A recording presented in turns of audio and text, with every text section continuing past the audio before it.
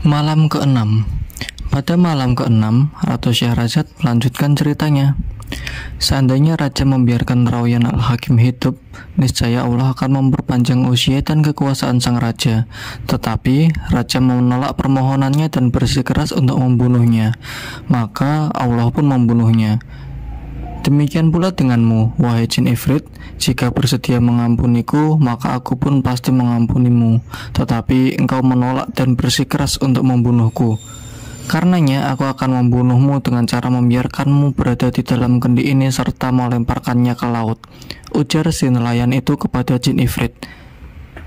Wahai nelayan, jangan lakukan itu, ampunilah aku, kata jin Ifrit memelas. Selamatkan diriku, janganlah engkau salahkan aku atas tindakanku dan kejahatanku kepadamu. Jika dulu aku berbuat jahat, maka hendaklah engkau tetap berbuat baik kepadaku.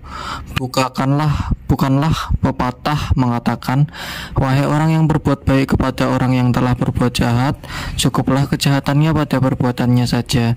Janganlah engkau melakukan sesuatu seperti yang dilakukan oleh Imamah kepada Atikah. Ada dengan keduanya.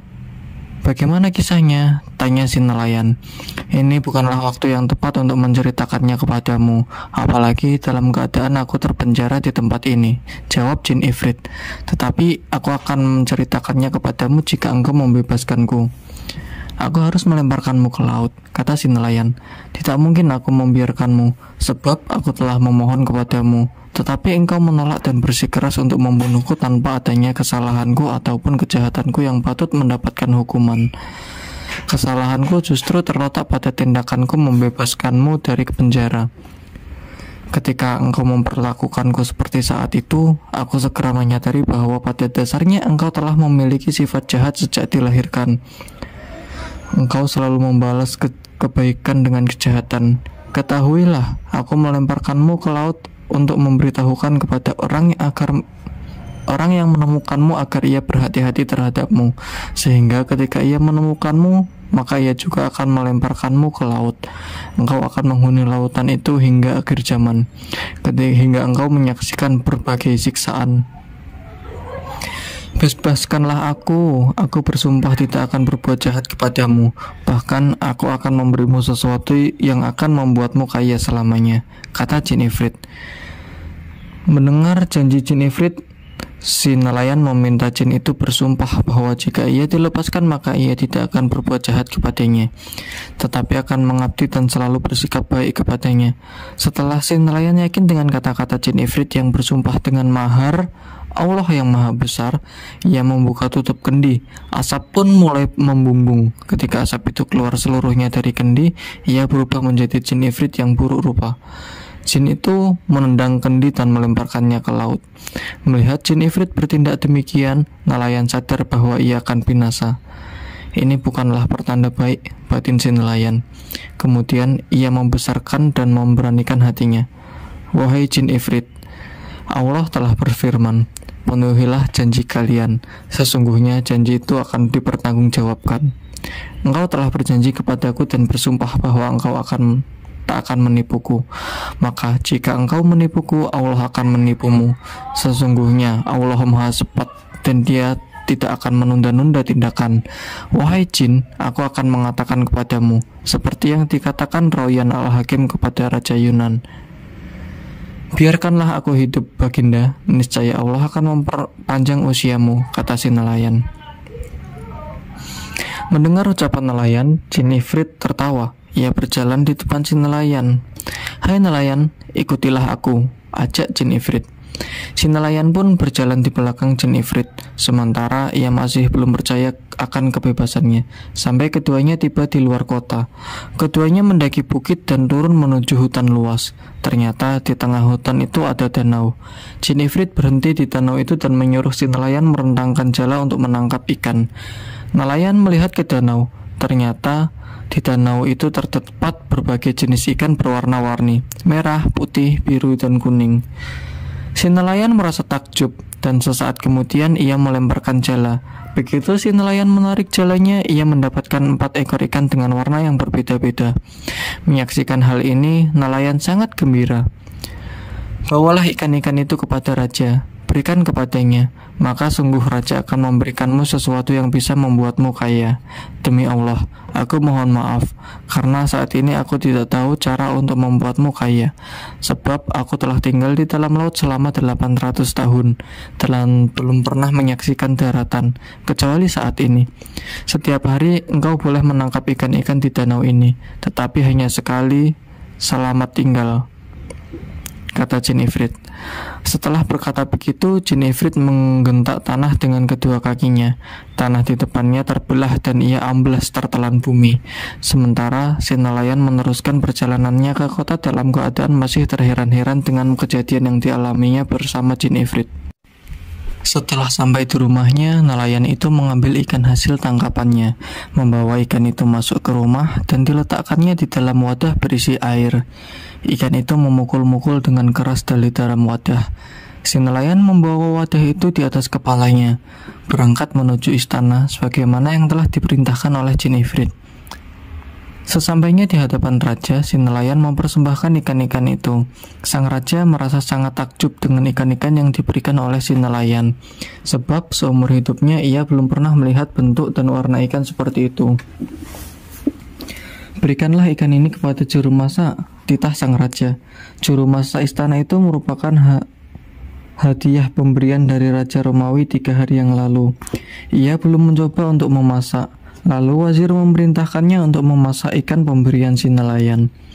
Wahai Jariyah, sebagaimana pepatah mengatakan, aku tak akan menyembunyikan air mataku, kecuali untuk dikeluarkan pada masa-masa penderitaanku. Maka pada hari ini, senangkanlah bagindamu dan hidangkanlah masakan terbaikmu, sebab ikan-ikan ini adalah hadiah seseorang kepada baginda, kata wazir kepada nelayan baru itu.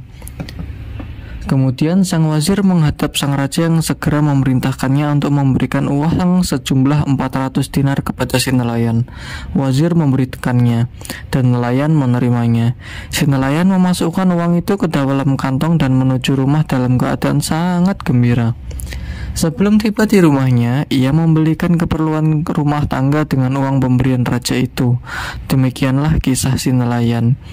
Adapun gadis juru masak istana segera mengambil ikan-ikan tersebut, membersihkannya dan meletakkannya di wajan yang sudah disiapkan di atas tungku. Kemudian ia biarkan ikan-ikan itu hingga merasa panas di salah satu sisinya.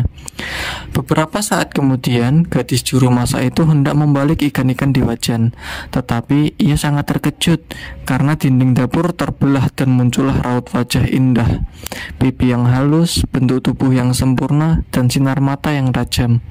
Gadis cantik itu memakai pakaian lengan pendek dan rompi. Kedua telinganya mengenakan anting yang berkilauan.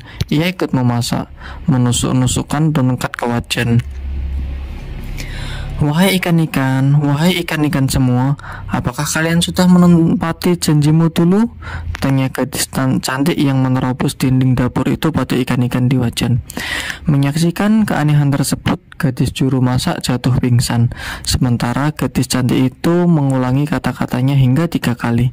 Barulah ikan-ikan di dalam wajan itu mengangkat kepalanya dan berkata, Ya, kami menepati janji kami. Kemudian semua ikan di wajan melantunkan syair. Jika engkau kembali kepada kami, maka kami pasti kembali kepadamu.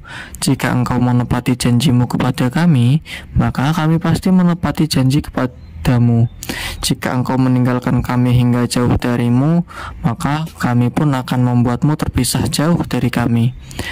Ketika ikan-ikan itu selesai bersyair, si gadis cantik membalikkan ikan di wajan dengan tongkatnya dan segera menghilang ke celah dinding yang terbelah tepat yang muncul tadi. Dinding dapur itu segera menutup kembali. Beberapa saat kemudian, gadis juru masak telah siuman dan melihat 4 ekor ikan itu hangus sebagai arang hitam pekat. Siapa yang memulai peperangan akan menerima kehancuran pasukannya sendiri, ujar si juru masak.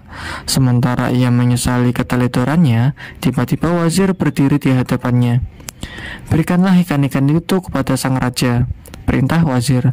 Sambil menangis, gadis juru masak memberitahukan kejadian yang baru saja dialaminya. Sungguh ajaib, seru wazir. Kemudian wazir mengutus pengawal untuk menjemput si nelayan. Ketika si nelayan tiba di istana, wazir menemui nelayan itu. Hai nelayan, engkau harus membawakan kepada kami 4 ekor ikan seperti yang telah engkau bawa sebelumnya, perintah wazir kepada si nelayan. Lalu nelayan itu pergi ke danau, melemparkan jala. Beberapa saat kemudian ia menarik jalanya. Ternyata ia mendapatkan 4 ekor ikan. Ia pun mengambil ikan itu dan membawanya ke hadapan wazir. Lalu wazir membawa ikan itu ke dapur istana. Masalah ikan-ikan ini di hadapanku. Aku ingin melihatnya dengan mata kepalaku sendiri.